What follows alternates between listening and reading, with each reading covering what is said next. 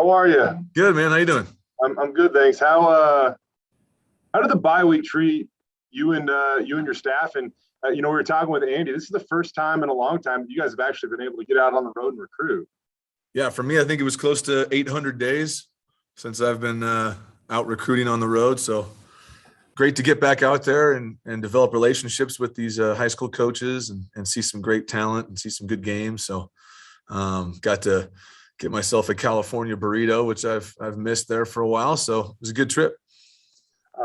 Tim, how did you use the bye week to assess what has happened, over the first 7 games of the season? And where do you want to see improvement? Where do you think your team can grow as you hit the home stretch of the season here?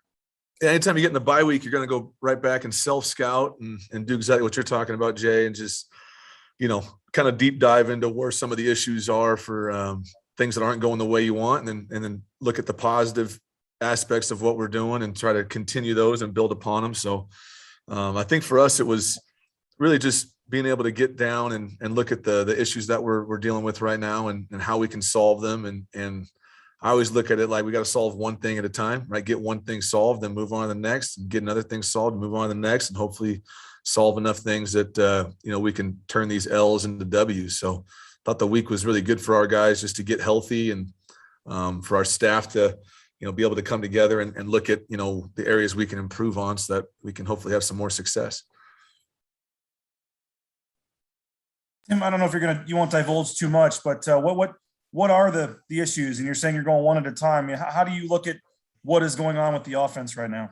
I think it starts with the run game, obviously, and it's been a story all year, rightfully so. It's just trying to create some consistency there, and then just looking at the negative plays that keep popping up, whether it's a sack fumble here or a bad snap or dropped pass. We tend to have these handful of plays that can be drive killers for us, and trying to identify why those take place and where we can eliminate those.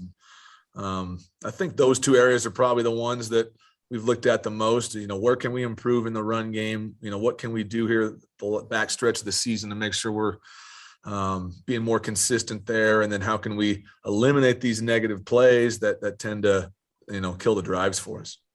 I know it's been 9 days. We didn't get a chance to talk to you after the Air Force game, but the 4th and 2 where you only had 10 players on the field, how, from your perspective, I guess, how does that happen? And I know you don't want to divulge too much, but it looked like Hank was looking back to the left, like the missing guy was supposed to be out there to the left. I don't know if you can say if that's true or not, but how tough was that, I guess, in that spot in the game to not have 11 players out there? Yeah, obviously that's something I've never had happen before, and hopefully never happen again.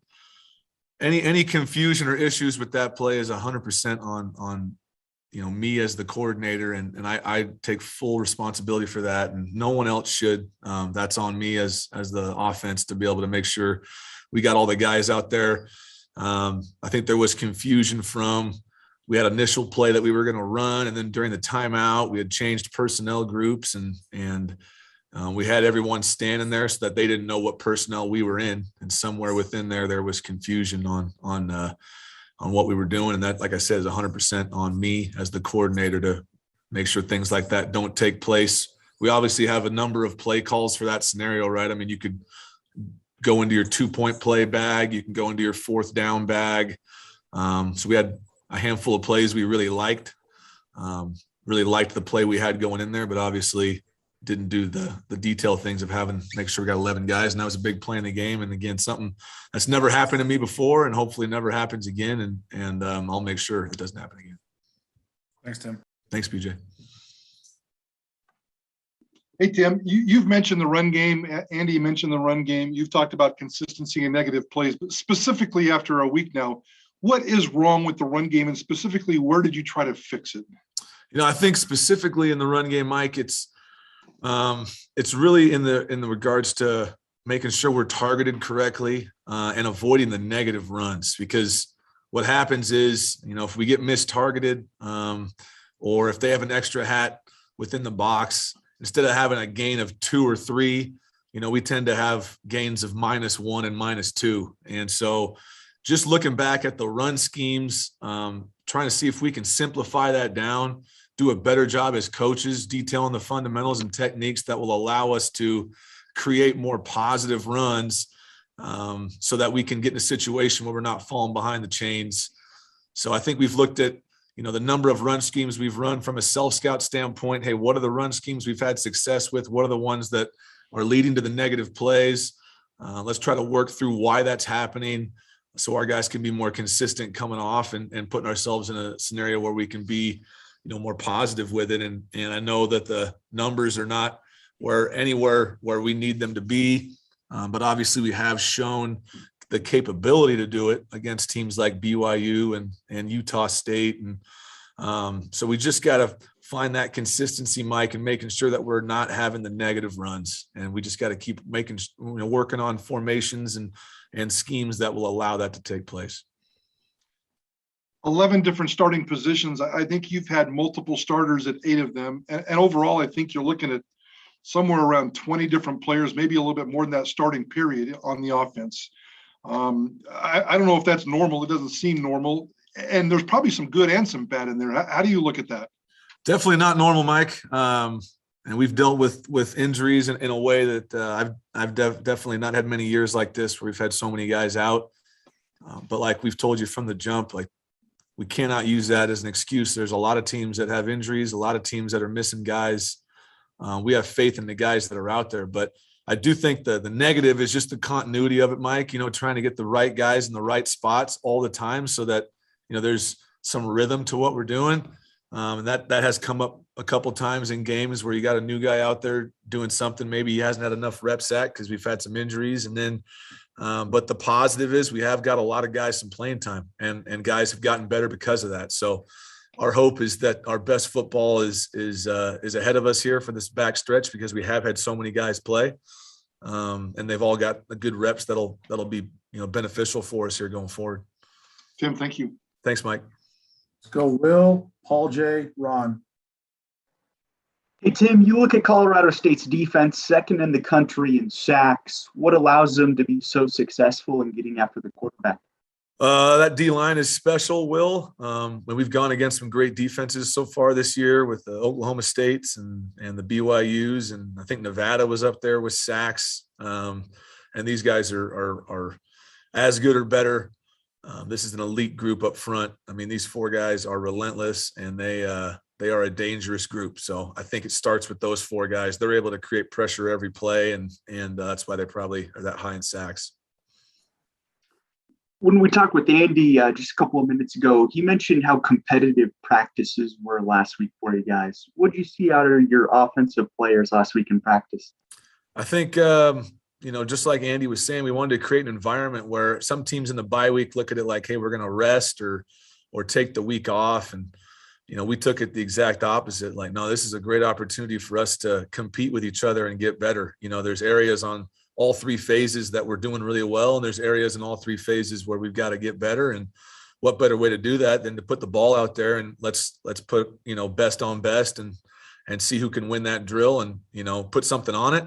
And whoever loses the drill's got some type of consequence or something on it. And so create that environment where every day at practice, we're competing for something and hopefully create more situations like we're having in games where that competition can stay throughout a 4-quarter run instead of, offensively for us, we've really been playing really good first half football and then, really poor second half football. And so how can we create a scenario where we can keep that competitive line, all the way through 4 quarters? Well, let's see if we can keep it through an entire practice.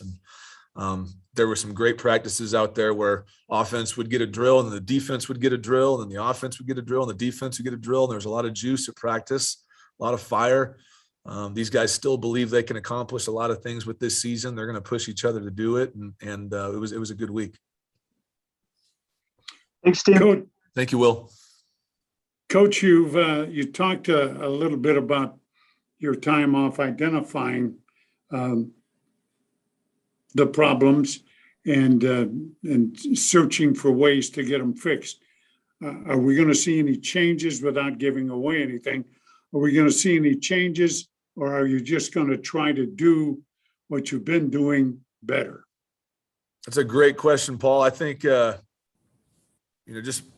how I've been taught as a coach at a young age is, if you try to change your identity and you try to get away from what you've built, you're going to run into more problems than what you started with. So to answer your question, it's more about looking at what we do and going back to the fundamentals and details within what we do to create more success. Because if we lack consistency as coaches and lack consistency in our message, that's not going to send the message that we want to our guys. What we want them to know is, we have belief in what we're doing. There's solutions to the issues that have popped up. Here's the solutions we're going to give you, and we're going to be able to improve off of that. And if anything, it's simplifying it back to doing the simple things that you need to do to be great on offense, defense, special teams.